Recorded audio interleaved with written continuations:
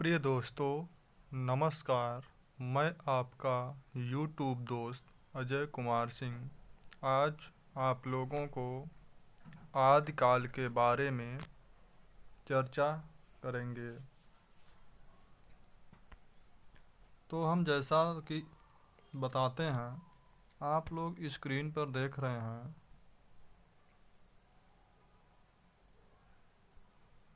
कि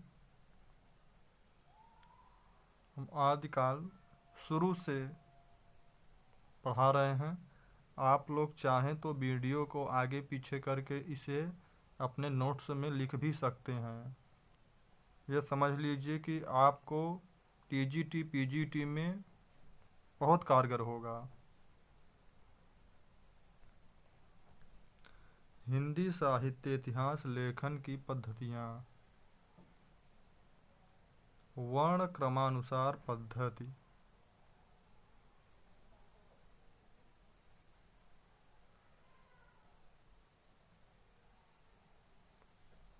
आगे देखिए,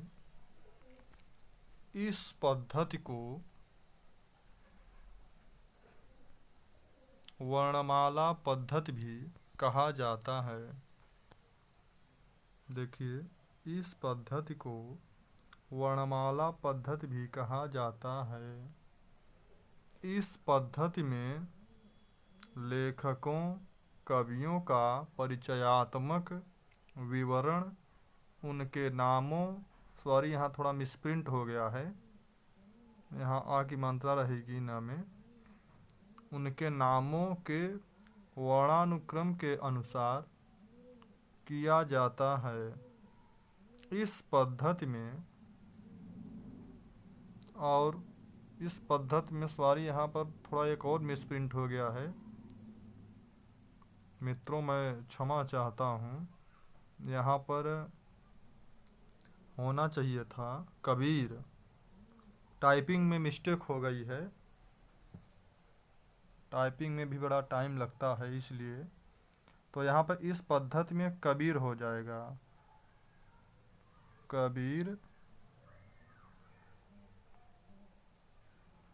और केशव का विवेचन एक साथ इसलिए करना पड़ेगा क्योंकि दोनों के नाम ये देखिए क अक्षर से प्रारंभ होते हैं। भले ही काल क्रम से भक्ति काल और रीति काल के कवियों में अलग अलग कालों से हैं। आप लोग को देख सकते हैं, हम फिर से रिपीट कर देते हैं एक बार। वर्ण क्रमानुसार पद्धति, इस पद्धति को वर्णमाला पद्धति भी कहा जाता है। इस पद्धति में लेखकों कवियों का परिचयात्मक विवरण, उनके नामों के वर्ण क्रमानुसार किया जाता है। इस पद्धति में केशव, यहाँ पर कबीर होना चाहिए, कबीर और केशव का विवेचन एक साथ इसलिए करना पड़ेगा क्योंकि दोनों के नाम क अक्षर, देखिए क अक्षर से प्रारंभ होते हैं। भले ही कालक्रम से भक्ति काल और रीति काल के कवियों में अलग अलग कालों से हैं। इसके आगे हम लोग देखेंगे कि हिंदी साहित्य के प्रथम इतिहास लेखक, हिंदी साहित्य के प्रथम इतिहास लेखक गारसा द तासी और शिव सिंह सेंगर ने इस पद्धति को स्वीकार किया है। और आप लोगों को बता दें कि अभी आगे हम वीडियो में पढ़ाएंगे भी। और गारसा द तासी की ग्रंथ है इस्तवार द ला लिटरेचर, लिखने में थोड़ी दिक्कत हो सकती है। इस्तवार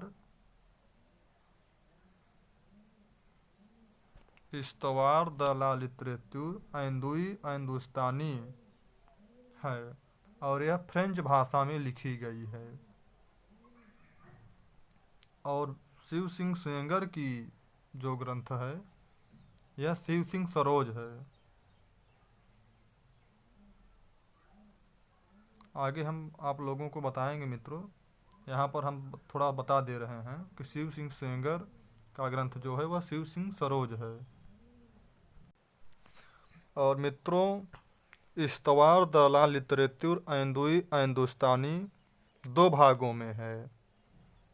इसका प्रथम भाग 1839 ईस्वी, इसका जो प्रथम भाग था वो 1839 ईस्वी तथा दूसरा भाग 1847 ईस्वी, 1847 ईस्वी।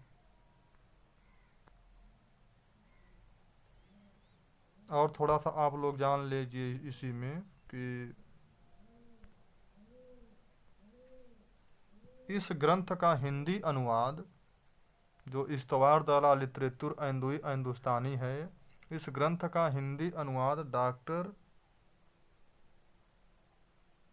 लक्ष्मी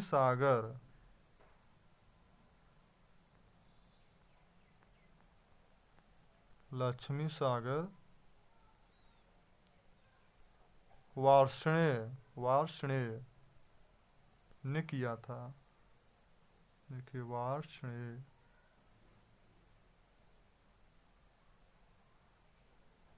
वार्ष्णेय डॉक्टर लक्ष्मी सागर वार्ष्णेय ने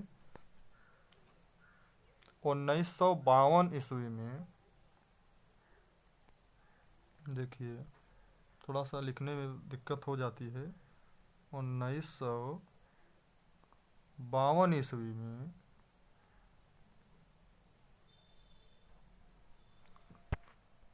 1952 ईस्वी में हिंदुई साहित्य का इतिहास। मित्रों, थोड़ा लिखने में दिक्कत हो रही है इसलिए हम बोल दे रहे हैं इसे। हिंदुई साहित्य का इतिहास नाम से किया। और जो ये शिव सिंह सेंगर की शिव सिंह सरोज है, यह इनका जो इतिहास ग्रंथ है, यह है 1883 ईस्वी में शिव सिंह सेंगर का जो इतिहास ग्रंथ है शिव सिंह सरोज, यह 1883 ईस्वी में संपादित हुआ था। इसके आगे देखेंगे मित्रों, कालानुक्रम पद्धति। जो कालानुक्रम पद्धति है, स्क्रीन पर आप लोगों को दिखाई दे रहा होगा। इस पद्धति में देखिए, कालानुक्रम पद्धति हो गया। इस पद्धति में लेखकों एवं कवियों का विवरण ऐतिहासिक काल क्रमानुसार तिथि क्रम से होता है। प्रायः कृतिकार ही जन्म तिथि को आधार मानकर ही इतिहास ग्रंथ में उनका क्रम निर्धारण किया जाता है। जॉर्ज ग्रियर्सन एवं मिश्र बंधुओं ने इसी पद्धति पर अपने इतिहास ग्रंथ लिखे हैं।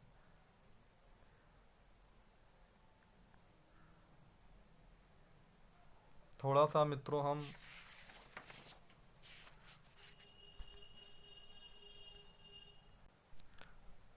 जॉर्ज ग्रियर्सन के इतिहास ग्रंथ के बारे में चर्चा कर देते हैं।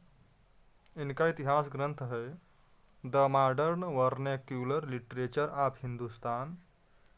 रामचंद्र शुक्ल के अनुसार इसका समय 1889 ईस्वी है। रामचंद्र शुक्ल की किताब हिंदी साहित्य का इतिहास में आप लोग देखेंगे तो 1889 ईस्वी माना गया है। और जीआईसी प्रवक्ता में पूछा गया था तो वहाँ पर 1888 ईस्वी को आयोग ने माना था। और रामचंद्र शुक्ल के अनुसार 1889 ईस्वी है। और इस ग्रंथ का हिंदी अनुवाद डॉक्टर किशोरी लाल गुप्त ने हिंदी साहित्य का प्रथम इतिहास नाम से 1957 ईस्वी में किया था। इसके आगे मित्रों हम कल अगले भाग में चर्चा करेंगे। आज यहीं तक रखते हैं।